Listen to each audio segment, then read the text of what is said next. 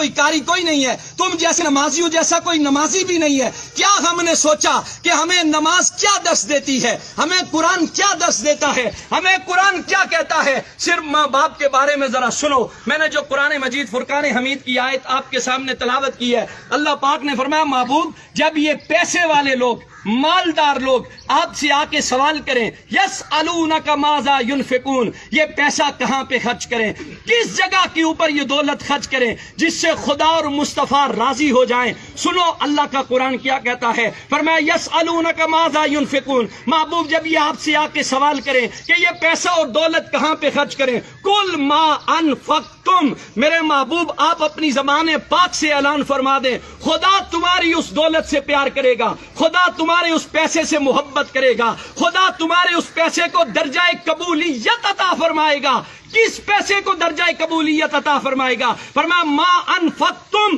من خیر فللوالدین، جو پیسہ تم اپنے بوڑھے باپ اور بوڑھی ماں کے اوپر خرچ کرو گے، اب تمہیں گارنٹی مل رہی ہے کہ جس بندے نے اپنے ماں باپ کے اوپر پیسہ خرچ کیا، جس نے ان کی خدمت کی، جس نے ان کا احترام کیا، جس نے ان سے دعائیں لی ہیں، اس بندے کے ساتھ خدا بھی راضی ہے، خدا کے محبوب بھی راضی ہیں۔ یہ بات یاد رکھو، یہاں سے 7 لاکھ روپے خرچ کر کے بندہ حج پڑھنے جاتا ہے، نہ اس کے پاس مکے کے مفتیوں کا فتویٰ ہے، نہ پاکستان کے مفتیوں کا فتویٰ ہے کہ تو نے 7 لاکھ روپے خرچ کیے، تو نے کعبہ شریف کی زیارت بھی کی ہے، تو نے وہاں صفا اور مروہ کی سعی بھی کی ہے، تو مکے اور مدینے کی گلیوں میں گھوما بھی ہے، اس کے پاس سند نہیں ہے کہ تیرا حج قبول ہو گیا ہے، تیری عبادت قبول ہو گئی ہے، تیرا جھکنا قبول ہو گیا ہے۔ خدا کی رحمت کی امید تو ہے لیکن قبولیت کی گارنٹی کوئی نہیں دے سکتا۔ لیکن سنو، جنہوں نے ماں باپ کی خدمت کی ہے، ان کے ساتھ محبت کا رشتہ قائم رکھا ہے،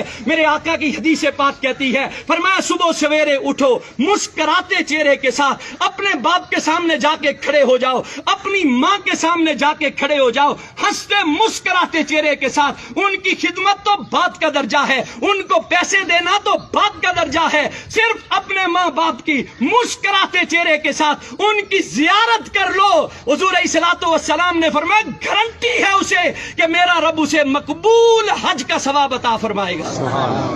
ہم یہاں سے حاجی صاحب بننے کے لیے مکے کی گلیوں میں تو جاتے ہیں، مدینے کی گلیوں میں تو جاتے ہیں، پیسے تو خرچ کرتے ہیں۔ کبھی سوچا تمہارا بوڑھا باپ گھر میں بیٹھا ہوا ہے، کبھی سوچا تمہاری ماں وہ محبت کی نظروں سے تمہیں دیکھ رہی ہے، شاید میرے بیٹے کو زندگی کا گزرا ہوا کوئی لمحہ یاد آ جائے، شاید اسے زندگی کی کوئی بیتی ہوئی یادیں ستائیں کہ میرے باپ نے میرے لیے اتنا کچھ کیا تھا، میری ماں نے لوگوں کے دروازوں کے اوپر جا کر کپڑے دھو کر برتن مانج کے لوگوں کے گھروں میں جھاڑو لگا کر۔ آپ اور میں روز دیکھتے ہیں بوڑھے ضعیف العمر لوگوں کو کہ روڈ کے اوپر سوٹی اٹھا کر لوگوں سے مانگ رہا ہے۔ کبھی اس بابے سے ایک دفعہ پوچھ کے دیکھو، بابا یہ تو کس کے لیے مانگ رہا ہے؟ تو لوگوں کے دروازوں کے اوپر جاتا ہے، تو کس لیے جاتا ہے؟ کیا تجھے اپنی ضرورت ہے؟ وہ باپ کہتا ہے نہ مجھے میری ضرورت نہیں ہے، میں زندگی گزار سکتا ہوں، لیکن میرے گھر میں ننھے بچے ہیں جو شام کو میرا راستہ تکتے رہتے ہیں۔ ہمارا باپ گھر میں سودا لے کے آئے گا،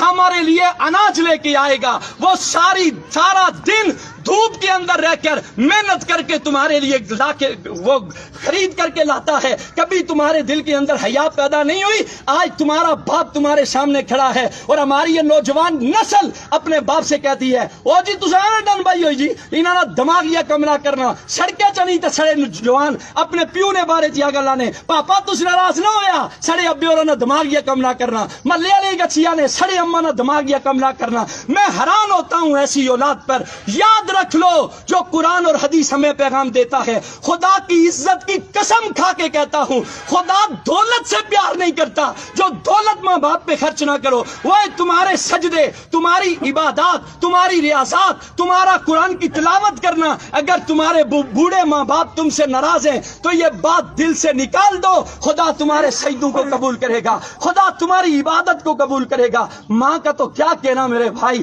ماں تو زمانے کی وہ ہستی ہے جسے مجھے قرآن نے چاند کہا ہے. ساری کائنات ایک طرف ہے, ماں کی ہستی ایک طرف ہے. ماں جیسا تو اللہ نے کائنات کے اندر کسی کو پیدا ہی نہیں کیا ہے. وہ ماں جس کے بارے میں ایک شاعر بول کے کہتا ہے, ایک مدت سے میری ماں نہیں سوئی تابش, میں نے فقط ایک بار کہا تھا کہ مجھے ڈر لگتا ہے. تابش کہتا ہے میں نے زندگی میں ایک مرتبہ کہا اماں مجھے ڈر لگتا ہے, اس کے بعد میری ماں نے سونا ہی چھوڑ دیا. ایک اور شاعر بول کے کہتا ہے, وہ کہتا ہے وہ اس ڈر سے دوپہر کے وقت بچوں کو سلا دیتی ہے, شاید کھلونے بیچنے والا پلٹ کے واپس نہ آ جائے. ایک اور شاعر بول کے کہتا ہے, وہ کہتا ہے جس گھر میں روٹیاں 4 ہوں بندے 5 ہوں, اس گھر سے ایک ہی ہستی کی صدا بلند ہوتی ہے, مجھے بھوک نہیں ہے, وہ کوئی اور نہیں ہوتا, رب کعبہ کی قسم وہ ماں ہوتی ہے. ایک اور شاعر بول کے کہتا ہے, وہ کہتا ہے اس زمانے